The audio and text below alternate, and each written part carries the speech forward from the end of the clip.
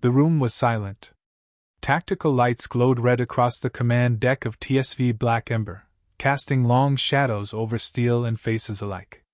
General Alara Voss stood at the head of the conference table, arms folded, jaw tight, eyes locked on the central holo-display. Around her, 12 senior officers watched in uneasy stillness, their uniforms neat, but hands trembling. The feed played again. A flickering Zalnari broadcast, hacked into every major channel across neutral and hostile space. Grainy at first, then sharp. A towering stone altar under a violet sky, encircled by a crowd of alien worshippers draped in silver and crimson. Their mouths moved in unison, chanting verses older than Earth's continents. Then the camera turned. Bound to a vertical stake, shirtless and bloodied, was General Marcus Hale. His eyes were swollen shut, but his chin was high. Even broken, he looked like a monument. A Zalnari war priest stepped forward, speaking in Terran Standard. This human defied divine will. This human spat on sacred law. This is the justice of the galaxy. The fire was real. They poured it at his feet. Somewhere behind Alara, someone whispered, "Turn it off." But no one moved. The scream began, long, ragged, and went on far too long. Then silence again. From the smoke stepped Archwarpriest Zorzan. His voice echoed across the room with clipped authority. Humanity is a disease of the void. We offered peace. They offered defiance. Burn one, and they crumble. Witness your future. The screen snapped black. Alara didn't move. Her officers stared, not at the screen but at her. When she finally spoke, her voice was level. Controlled. "Daxon. With me." Colonel Daxonley caught up with her down the corridor, matching her stride through Black Ember's lower decks. "General. Bridge. Now." They stepped into the Forward Operations Center, where tactical staff scrambled silently. No one spoke aloud. The mood was heavy with restrained fury. Alara stopped before the forward viewport. Beyond the glass, stars drifted coldly in the dark. "They burned him, Daxon," she said. "Chained. Alive. I saw." She turned toward him. "We send our finest into war, and they make a spectacle of their agony. They want you to react?" Daxon said. "That's the game. Humiliation before escalation. High Command's going to advise restraint." Alara stared out the window. "He was more than a commander. Marcus raised me from a child of slums to a soldier of Earth. He taught me that strength doesn't ask permission. You follow him now," Daxon said quietly. "Would he want you to throw away the fleet?" She tapped a command pad. A red icon blinked. "Operation Hellglass, pending authorization." "Hellglass is banned," Daxon said. "We haven't used silent orbital firestorms since the Ares insurrection." "Then it's overdue." He stepped forward. "Alara, Earth's not ready for war. We're still reeling from the breach treaty. If you do this..." "If?" she snapped. "I will. Not in his name. In ours." The silence that followed was colder than vacuum. In the secure comms chamber, Alara stood before a hard-encoded terminal. She keyed in a sequence, an old one. One only she and Hale had access to. A voice crackled on screen. "Captain Reich? Mars Marauders. You're using an old channel, General. You trust ghosts, Reich?" The man smirked. Unshaven, scar across his temple. "Pirate Lord. Former Terran strike captain. Disavowed, but dangerous. I trust credits. And anger. You've got the second in spades. They burned him." Reich's expression hardened. "The general? Alive." He nodded once. "You're not calling to weep. I'm calling to kill a religion." Reich leaned forward. "You planning to fight the Zalnari theocracy with a single fleet?" "No." Alara's eyes were steel. "With all of them." She disconnected. Later that night, Alara sat alone in her quarters, the lights dimmed. Her uniform jacket was folded neatly on the cot. In her hands, a dog tag scorched at the edge. Hale's. A memory returned unbidden. The training yard on Ares Gate. Rain falling hard. Hail, teaching her to stand after her fifth fall. Every great commander gets broken. But never twice by the same hand. Remember that. She had. Elara rose and crossed the room. She tapped her console. Message encryption, level Omega. Recipient, Terran Exile Fleets, classified contacts. She recorded a message. To those who remember fire. This is not a call for loyalty. It's a call for reckoning. They burned one of ours. Not in combat. Not in war. In chains. On display. The Zalnari think we fear fire. I want them to learn. We are fire. She ended the recording. Then, without hesitation, she keyed in final authorization. Hellglass active. Countdown 18 hours. Dawn broke over Black Ember's forward decks. Elara returned to the command bridge, straight-backed, eyes unreadable. Daxon was waiting. You're really doing it. She nodded once. Fleet Command will court-martial you. If they can find me after. A tactical officer approached. General, relay from High Command. Put it through. The hologram flared to life. Chancellor Rowe appeared, hair white, lips pressed. General Voss, by direct order of the Earth Coalition Council, you are to abort any active hostilities against Zalnari assets and stand down immediately. Elara didn't blink. I acknowledge, she said. Then she ended the call. The bridge fell quiet again. Daxon looked over. Now what? Elara stepped forward. No, she said. We show them what it looks like when humanity burns back. The world of Vakarim had once been a sanctuary, gardens, crystal spires, and sacred winds that whispered through golden trees. Now, it was a target. From orbit, the Terran fleet hung like a silent blade. TSV Black Ember led the line, her hull gleaming with dust from a dozen systems. Below, the Zalnari religious colony spun on its axis, unaware. General Elara Voss stood over the tactical table, arms folded. Targets confirmed, said Lieutenant Saran. Temple network active. No defensive fleet. Civilian density high.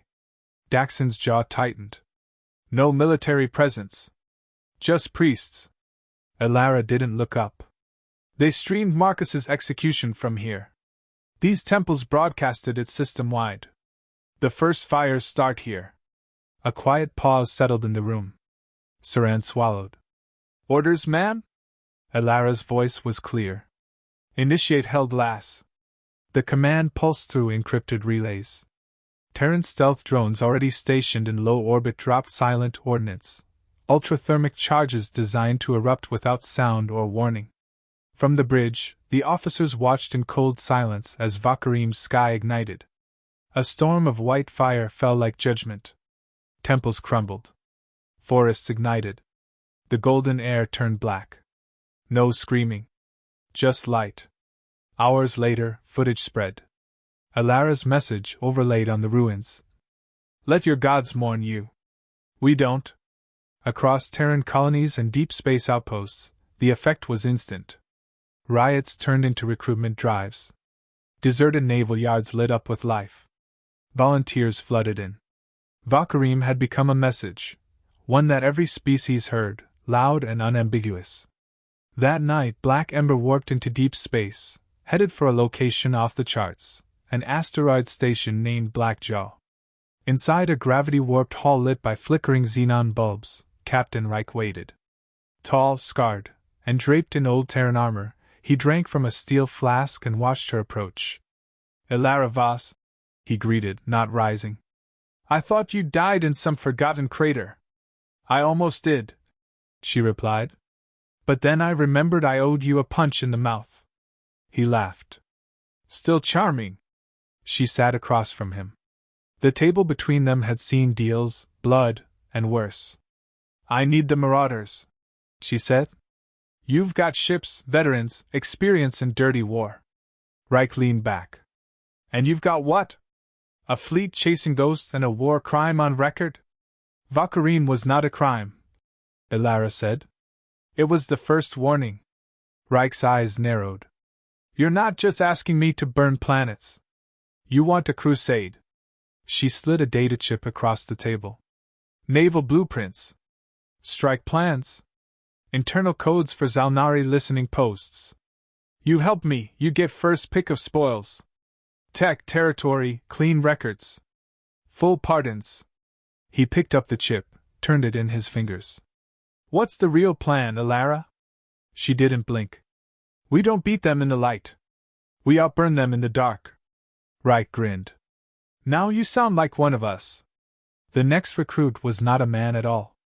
Buried deep within a restricted Terran databank, Alara's team unlocked a file marked Seraphim. In a hidden Terran vault, long offline, lay the remains of a war-era AI. Seraphim had once directed entire theaters during the AI revolts.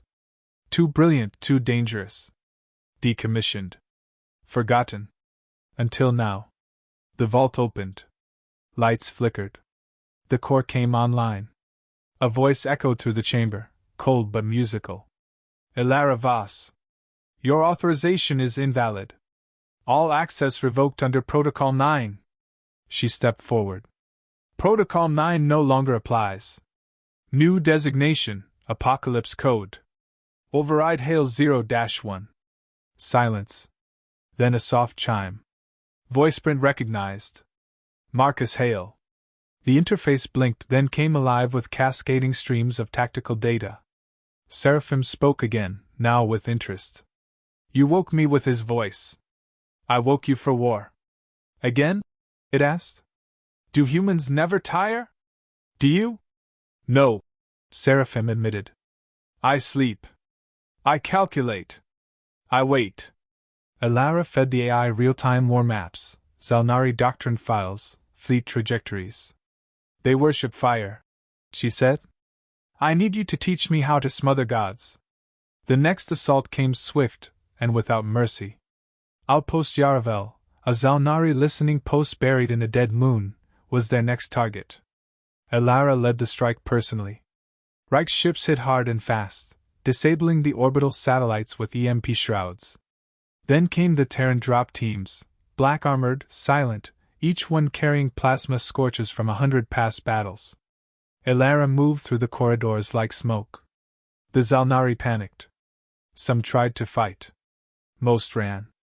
She didn't waste breath on speeches. No demands. No broadcasts.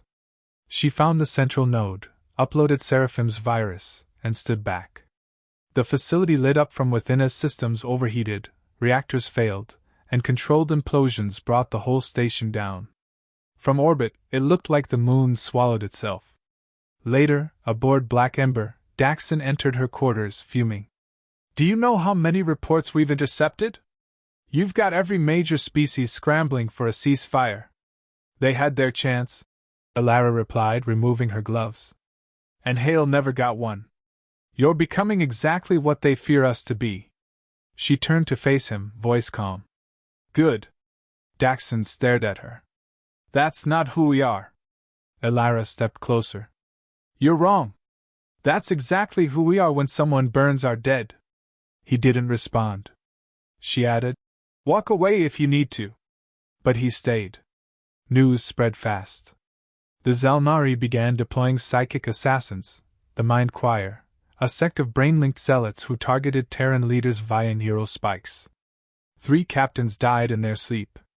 Alara implemented direct thought-blocking implants fleet-wide, risking long-term neural damage. She didn't hesitate. Pain is temporary, she told her crew. Extinction isn't. Aboard Black Ember, her officers gathered again. The room felt tighter now. The air heavier. Next target is Saran 4, said Saran. Spiritual capital. Millions of pilgrims. High value. Heavily defended. We're not ready for that scale, Daxon warned. We need the rest of the fleets. They're coming, Alara said. Trust me. Reich entered, dragging in a captured Zalnari priest, battered but alive. Thought you'd want a word, he said, tossing the prisoner forward. The alien hissed, eyes glowing dimly. Your fury is hollow. It rasped. You are dust compared to the holy. Alara knelt beside it. We're the dust storm that ends your holy books. She rose, turned to the others. Prepare the message. The galaxy burns next. The world of Brika never had a fleet. It was a neutral colony, half Terran, half alien, dedicated to peace talks, trade, and rebuilding. For decades it had stood untouched, a symbol of fragile cooperation between species too tired to keep bleeding. So when the Zalnari dreadships appeared in orbit without warning, there was no defense. No warning shot. No demand. Just fire. Orbital plasma lances tore through cities. Refugee quarters were vaporized in seconds. Children, diplomats, medics, ashes. The cathedral where General Hale once brokered a ceasefire was the first to vanish. 72 minutes later, the entire surface was slag. The broadcast came directly after. Archwarprius Zorzen appeared, robed in flame-colored silk, blood staining the steps behind him. This was mercy. Had they bowed, they would have lived. But humanity teaches arrogance. And arrogance must burn. The room on Black Ember trembled with silence. Alara Vaz stared at the frozen image, Zorzen's smug face captured mid-broadcast, projected across the command deck. Behind her, no one spoke. No one breathed loud. Daxon finally said, They want us broken. They want us to overreach. Alara turned slowly. They want war, she said. So let's give them something ancient civilizations whisper about in fear. She brought up a different projection. One not seen in over 100 years. The God-Burner Protocol. Saran flinched. I thought that was a myth. It's real, Alara said. Hale archived it before his death. Deep core payloads. Collapses. Designed to destabilize suns. Daxon stepped forward. You'd collapse an entire star system? Millions will die. They already have, she said. We just never answered. No trial? No conditions? Her eyes met his. This is the trial. The launch was approved in less than an hour. Reich, standing at the center of his command bridge aboard the Iron Revenant, leaned in toward the transmission link. You sure about this, Voss? We target Saran 4, she said. The birthplace of their faith. Their most sacred sun. If they believe fire cleanses, we'll see how clean they feel afterward. Reich grunted. You're colder than the void. No, she replied. I just learned where mercy ends. Saran 4 was a world of worship. White stone cities built in spirals, hovering spires rising like spears toward the heavens. Its star, Kalian, pulse gold, revered by the Zalnari as the Eye of Ascension. 30 million pilgrims were on the planet when the Terran fleet arrived. There were no demands. No declaration. No negotiations. They simply deployed the payload. Launched from Seraphim's encrypted vault, the collapsed matter warhead rode a silent course toward the system's heart. Its shell, invisible to conventional sensors, carried enough compressed force to rupture the fusion layers of Kalian's core. From the surface of Saran 4, it looked like a single streak across the sky. Then the sun changed color. Gold turned white. Then blue. Then black. The explosion came 2 minutes later. A roar across space. Kalian imploded, pulling its planetary system inward like a dying breath. The light vanished. Saran 4 cracked like glass. Oceans lifted into the void. Pilgrims died without screams. There wasn't time for sound. In its place, a collapsed dwarf, lightless and final. Back aboard Black Ember, Seraphim's voice echoed through the bridge. Signal termination confirmed. Target systems collapsed. No surviving communications within a 4-light-year radius. Daxon turned from the viewport, his face pale. You just silenced an entire sector. Alara didn't answer. Behind her, a hollow recording played again, Hale's voice, extracted from a pre-war archive. He sounded younger, hopeful. If they ever chain me, Alara, if they ever strip me of everything, don't mourn. Don't hold a vigil. Make sure they fear what comes after. The galaxy reeled. The Empery Covenant declared a state of emergency. The Kalari shut down border traffic. Dozens of minor races began aligning with Terran outposts out of fear, not loyalty. The Zalnari scrambled to declare martyrdom, but their religious transmissions fell into static. Their voice was gone. Zorzan, hidden in the depths of his celestial cathedral, remained silent for days.